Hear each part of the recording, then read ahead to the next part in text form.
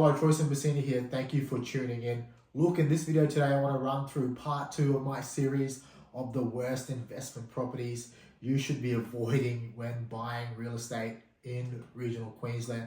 Look guys, it's one of those videos where I'm just using my own experience, my own perspective, my own knowledge of the regional Queensland property market to try and help you make better and informed decisions when buying residential real estate here.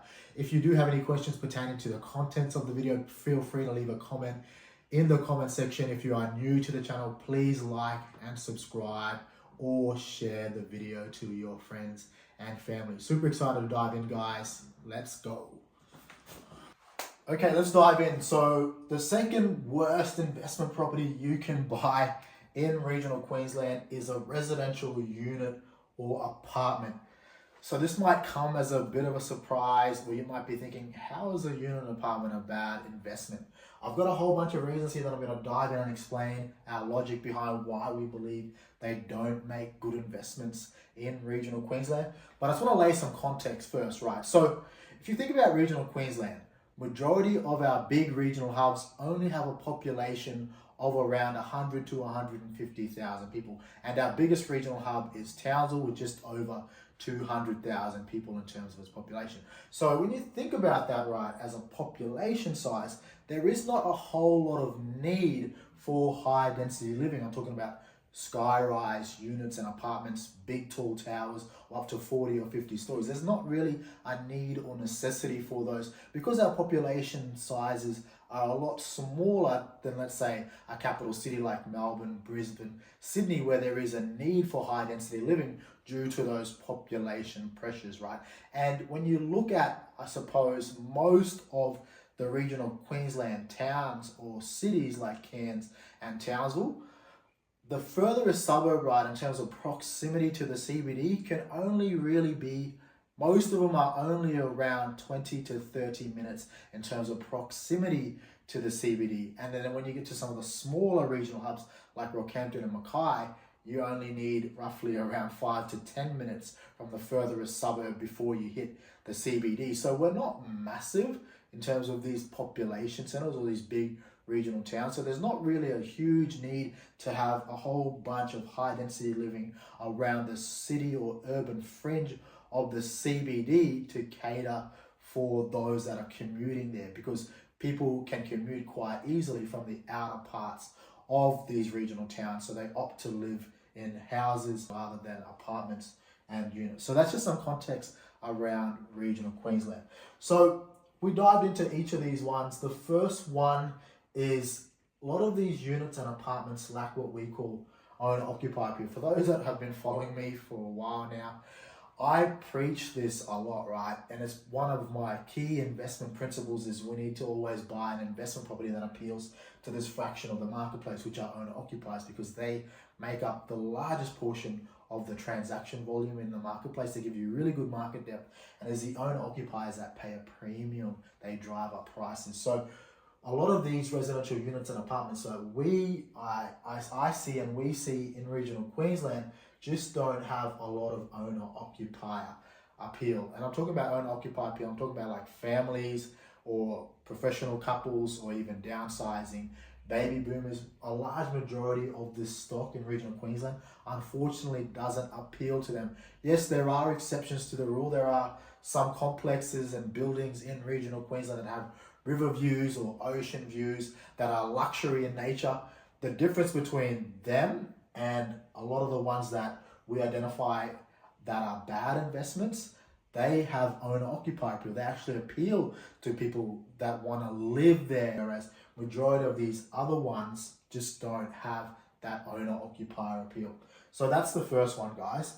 The second one is many of these residential units and apartments have poor land to asset ratio. So for those who are unfamiliar with that term, all land to asset ratio means is out of the total value of that asset, how much is the land component worth when you weigh up the total investment, right? So if you bought an apartment for $400,000, how much of that apartment value is pent up in its land component? And what we find in regional Queensland, there's not a whole bunch of good land value that sits in a lot of these apartment complexes, because majority of them have that land to asset ratio totally out of whack, because usually the land to asset ratio gets smaller with the more and more people you share your land with. So if you're part of a 30-40 unit complex, you only own a small part of that land there, therefore your land to asset ratio is smaller. So a lot of these opportunities that we see in regional Queensland are bad in nature because they lack that really healthy land to asset ratio. Whereas when you buy a freestanding dwelling, for example, you can generally find in most cases in regional Queensland, the land to asset ratio might sit at around 30%, and some of the really good opportunities, land value sits up to 60 to 50%. But majority of the units and apartments that we see that are poor investments, the land to asset ratio is under 20%, and that is really, really bad. The third reason is that there's just no scarcity of these type of products in regional Queensland.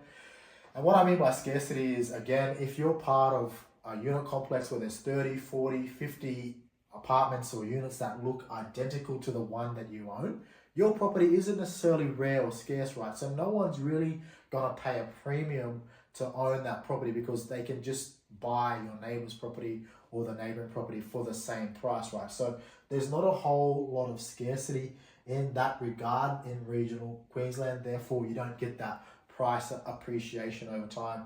And what we find, yes, is that majority of these units and apartments sit in complexes that are generally more than 20 or 30 apartments or units that have no scarcity. So that's an important one, guys. The last two is high holding fees. So majority of these complexes, right, they have absorbent, very high absorbent body corporate fees, and they can suck your cash flow dry. So many of these, they started around a minimum of $5,000 per year just to own, let's say, $150,000 unit or apartment.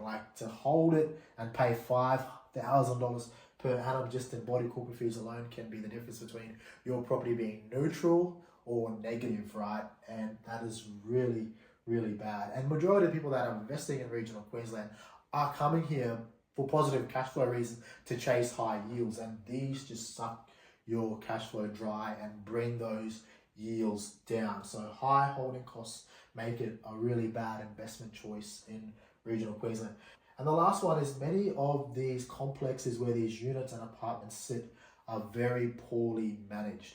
So what would have happened is a body corporate would have been set up at the time of construction, after the construction has been complete, and majority of those body corporates have remained the same since the day of inception, right? And they are very poorly managed.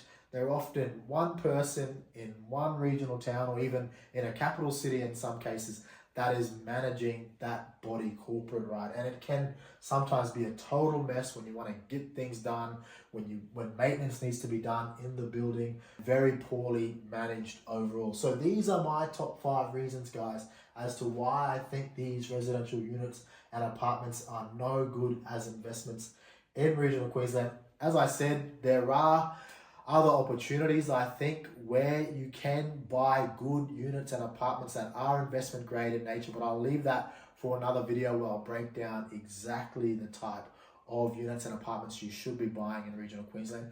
And in terms of some of these as examples, I'll leave a bunch of examples in the comment section so you can see and cross-reference which ones that you shouldn't be buying, and check out some of those and get an idea as to what I mean by all of these points. Anyway, guys, thank you for tuning in and good luck.